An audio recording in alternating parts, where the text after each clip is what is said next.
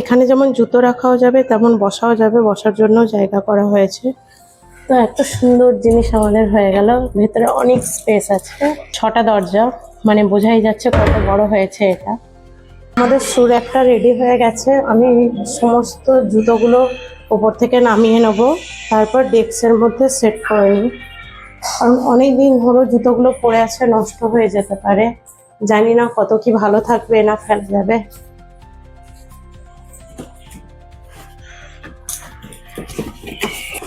আজ অনেক বছর দেড়েকের মতো এগুলো এইভাবে পড়ে আছে, ব্যবহারও করা হয়নি।